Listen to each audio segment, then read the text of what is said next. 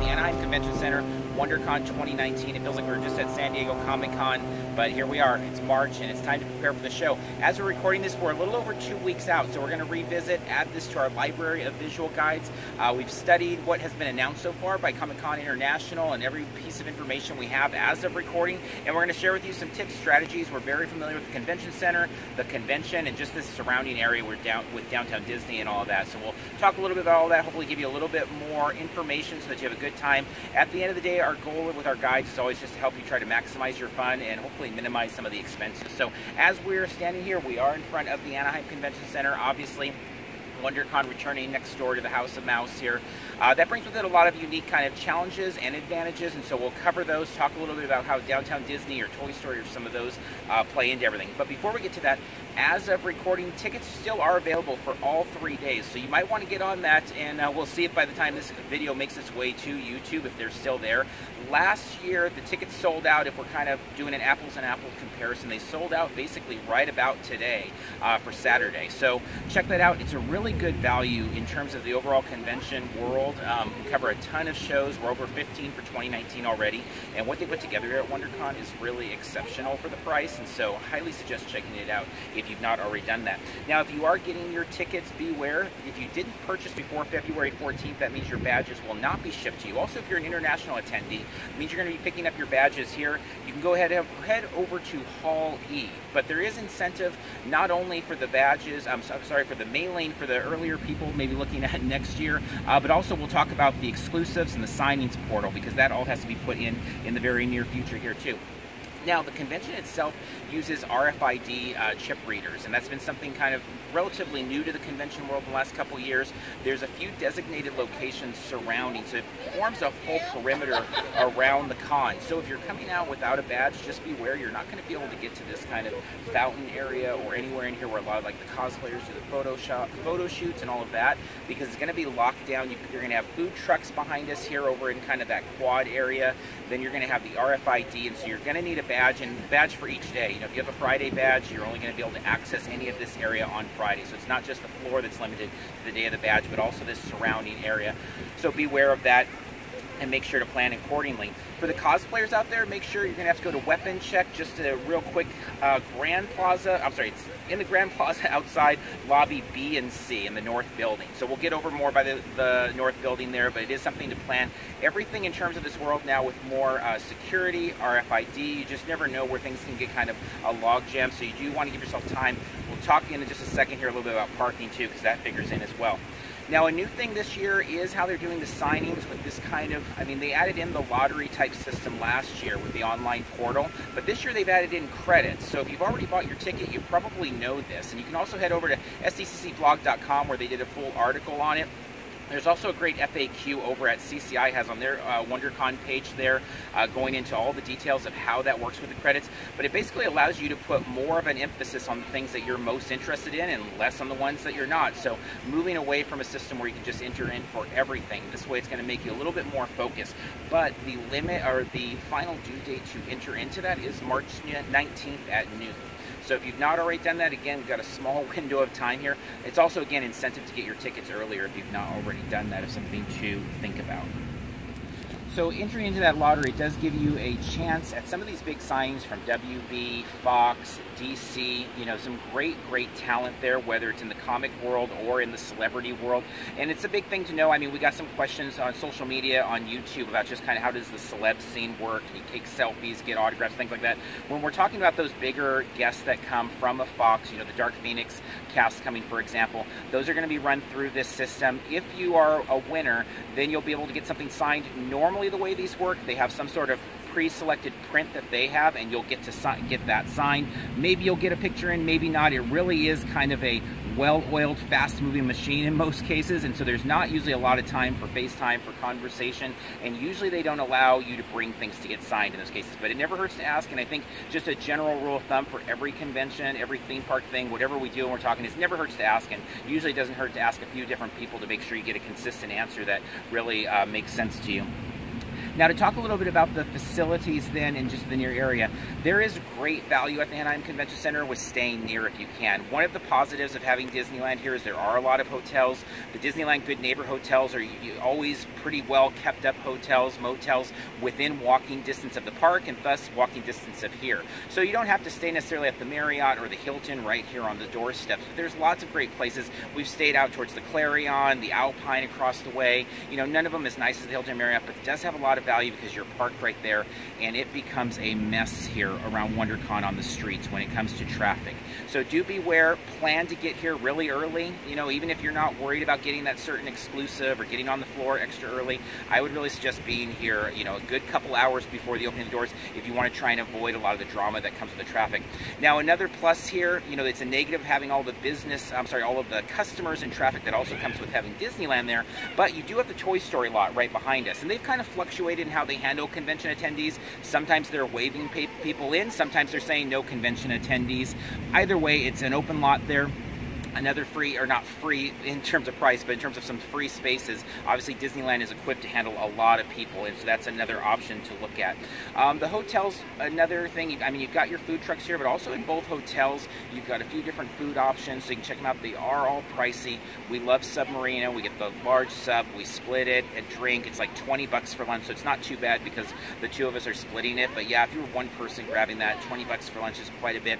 A lot of people are big fans of the food trucks out there. I know our friends Carrie over at the blog, and most of the blog people are big fans of that.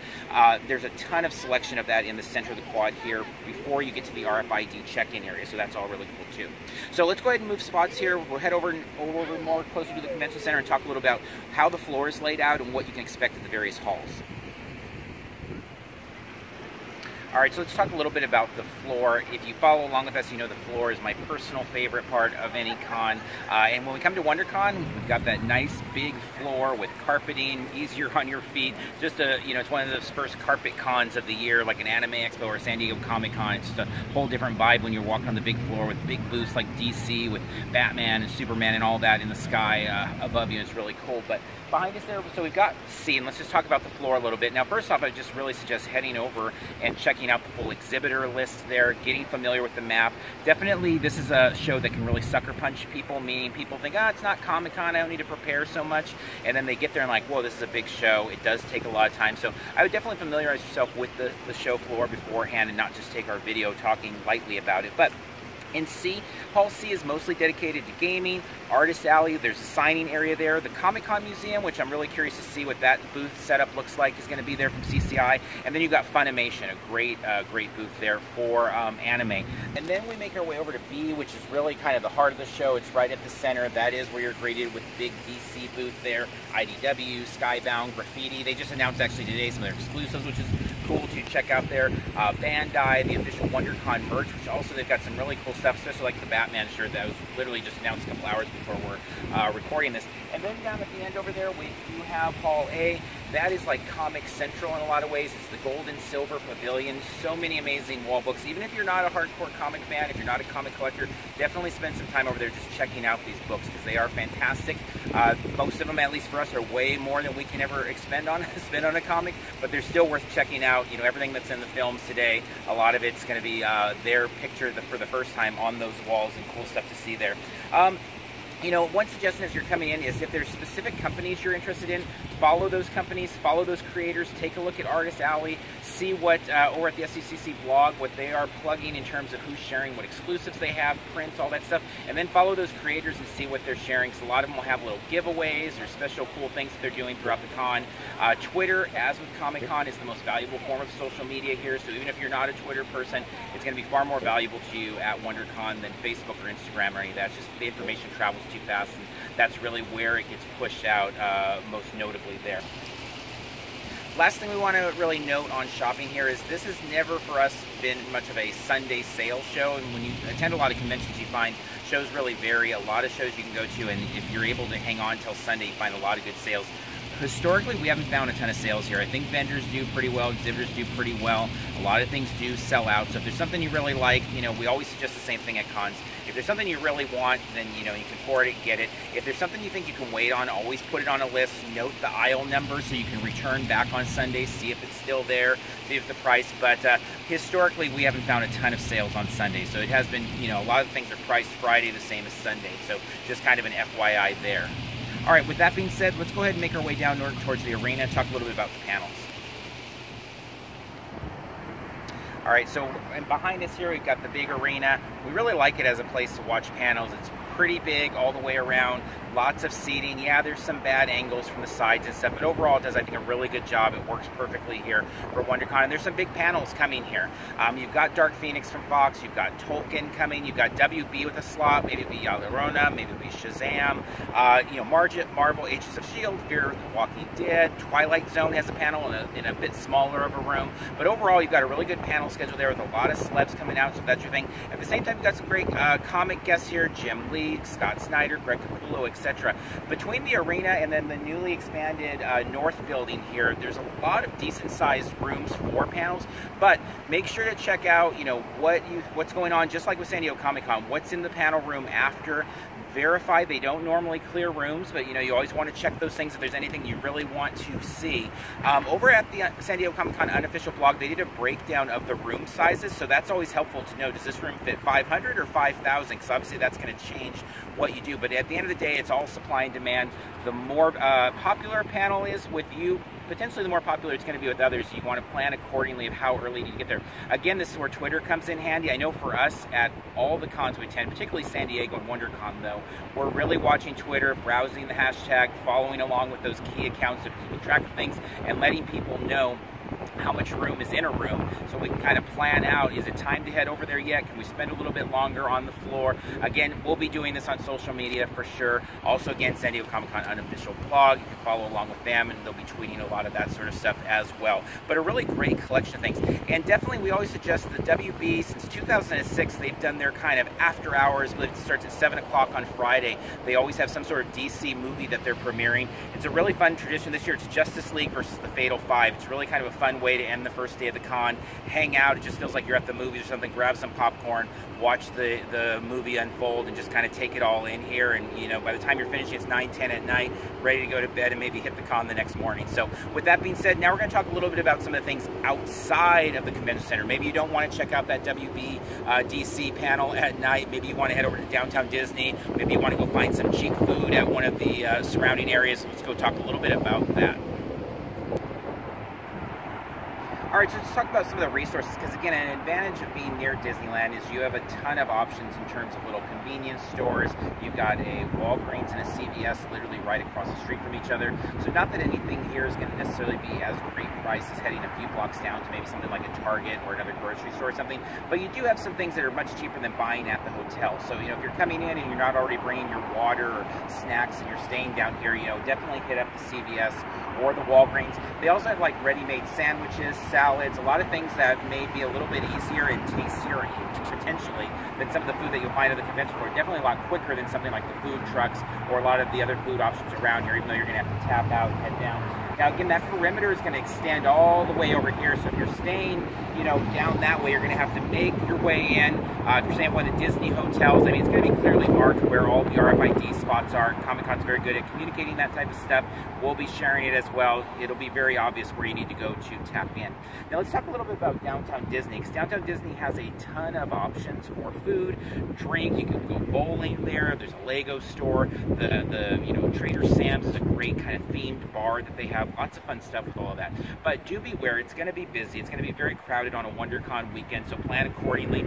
If you are going to go into the parks, make sure to use the Disneyland app. You can check wait times while you're sitting here in the convention center. You can check, you know, show times. You can even order food via the mobile ordering app in a lot of the counter service places. That can save a lot of time.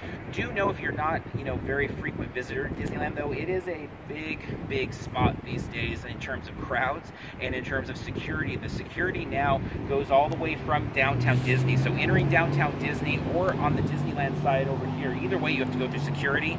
And security, like all security, is a little hit and miss. Sometimes policies change. You know, they may not let you bring in a big print. They may not let you bring in, you know, comic boards or tape. They definitely aren't going to let you come in certain costumes and weapons and things like that. So, I mean, I've seen them not let people come in with a tennis ball. Why they had a tennis ball, I don't know, but I saw them take it away. You know, sometimes you leave something in your bag and you forget about it. So do be careful about that. If you've got a car stashed anywhere around here, I would definitely drop off any extra stuff, and be sure that you're not in a spot where you're gonna have to walk something all the way back, because it is big. Even if you get dropped off on the doorstep of the security over there at Disneyland, it's still a big walk to make your way around the resort. It's really a lot bigger. It's nothing close to the size of something like Walt Disney World. But Disneyland Resort is a pretty big spot, and again, with the crowds that it brings now, there really is no off-season here at Disneyland anymore, and so you can expect big crowds there. But a lot of great food spots there, inside the park, outside the park. Definitely Trader Sam's, Tangaroa are really, really great over at the Disneyland Hotel, so highly suggest checking those out if you've not been before. Inside the Grand California Hotel, there is some pretty awesome whitewater snacks, which is just a kind of a little snack. We're talking, you know, counter service here. We're not talking big dinner reservation type steakhouses or anything like that, but they've got their share of those too. So definitely you can check out the menus on the app as well. So I think the Disneyland app is well worth downloading for anybody coming to WonderCon, just to even peruse the menus, even if you don't plan to go inside the park. All right, so with that being said, we're going to wrap up this visual guide. We thank you for tuning in. We hope it helps. We hope there's at least one thing in this visual guide that helped. If you have any tips, or if there was anything that you think is important, or maybe you have some things that you found out since, you know, who knows, since we recorded this, things have changed, go ahead and throw it in the comments section. Let's share it with everybody. If everybody that watches the video contributes something to help everybody else out, hopefully everybody has that much better of a time at the con. Please follow along with us throughout the convention and the entire convention season. We'll have tons of stuff there. Also, our friends there at the San Diego Comic-Con unofficial blog, tons of content there. As we're recording this, they're actually doing a panel breakdown on their podcast. Highly suggest checking that out. And then, of course, comiccon.org. All of the information, everything that they're breaking, all there on one site. You've got their beautiful exhibit guide, etc., etc. Tons of things to see there. So, with that being said, until next time, we'll see you in line at WonderCon.